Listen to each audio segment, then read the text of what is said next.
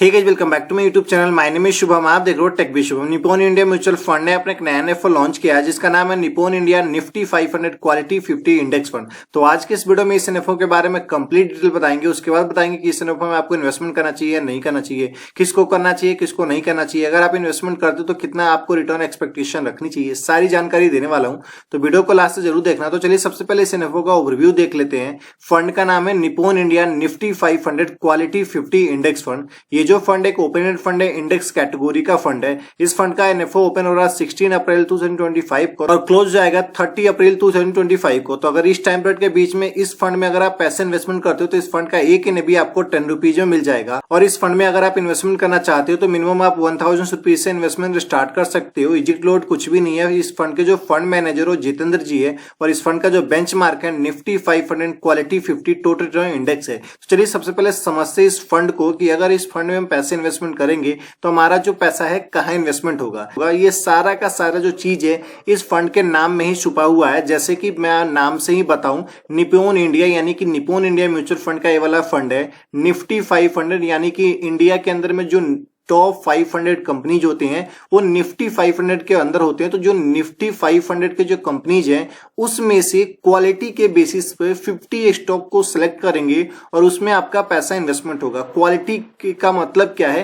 Quality के basis पे मैं आपको बताऊं तो कंपनी की वैल्यूएशन देखी जाएगी, कंपनी के पास्ट परफॉर्मेंस को देखा जाएगा एवरी 6 मंथ और एवरी 1 ईयर का। और जो कंपनीज उस क्राइटेरिया को फॉलो करता है उसमें आपका पैसा इन्वेस्टमेंट होगा। तो ओवरऑल मैं आपको बताऊं तो इस फंड में अगर आप पैसा इन्वेस्टमेंट करते हो तो आपका जो पैसा है लार्ज कैप कंपनी में इन्वेस्टमेंट होगा। और लार्ज कैप कंपनी जो होती है ऑलरेडी स्टेबल होती है। तो अगर आप लॉन्ग टर्म के लिए प्लान कर रहे हो लाइक 5 ईयर 10 ईयर के लिए तो आप इस फंड में पैसे इन्वेस्टमेंट कर सकते हो। चलिए मैं समझते हैं कि इस फंड में हम पैसे इन्वेस्टमेंट करेंगे तो हमारा जो पैसा है कौन कौन से कंपनीज में होगा। और ये जो इंडेक्स है निफ्टी 500 क्वालिटी 50 ये पास्ट में कैसा परफॉर्म किया है सारी जानकारी देता हूं। उससे पहले बता दूं कि अगर आप चैनल पर नए हो तो प्लीज चैनल को सब्सक्राइब कर लो, बगल की बेल आइकन जरूर दबा लेना, क्योंकि इस चैनल पर हम आपके लिए पर्सनल फाइनेंस, बैंकिंग और म्यूचुअल फंड से related video back to back लेकर आते हैं। तो चलिए समझते हैं इस इंडेक्स को। उससे पहले बता दूं कि अगर आप चाहते हो कि 5 ईयर के लिए इन्वेस्टमेंट करके एक अच्छा सा रिटर्न बनाना चाहते हैं वो भी निप्पॉन इंडिया म्यूचुअल फंड के, तो मैंने ऑलरेडी इस पे एक वीडियो बना रखा हुआ है। Best Nippon India mutual fund for 5 year कौन कौन से हैं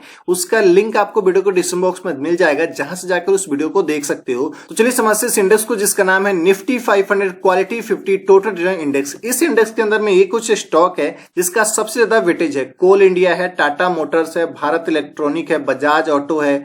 ये अगर आप देखोगे तो ये सभी के सभी जो कंपनीज है वो लार्ज कैप कंपनीज है और वेटेज का परसेंटेज भी देख सकते हो। तो ओवरऑल अगर आप इस वाले फंड में पैसे इन्वेस्टमेंट करोगे तो ये जितने भी कंपनीज है इसमें तो आपका पैसा बिल्कुल के बिल्कुल इन्वेस्टमेंट होगा ही होगा। तो चलिए सेक्टर वाइज भी देख लेते हैं। तो अगर आप इस वाले फंड में पैसे इन्वेस्टमेंट करोगे तो आपका जो पैसे का ज्यादातर जो पार्ट है वो फाइनेंशियल सर्विसेज सेक्टर में इन्वेस्टमेंट होगा, उसके बाद आईटी में, उसके बाद कैपिटल एंड गुड्स में, उसके बाद oil gas and consumer and foods में, फास्ट मूविंग एंड कंज्यूमर्स में भी होगा और भी बहुत सारे सेक्टर्स है जिसमें आपका पैसा इन्वेस्टमेंट होगा। तो चलिए देखते हैं कि निफ्टी 500 क्वालिटी 50 टोटल इंडेक्स है, ये इंडेक्स पास्ट में कैसा परफॉर्म किया है, कितना रिटर्न दिया है उसको बताते हैं।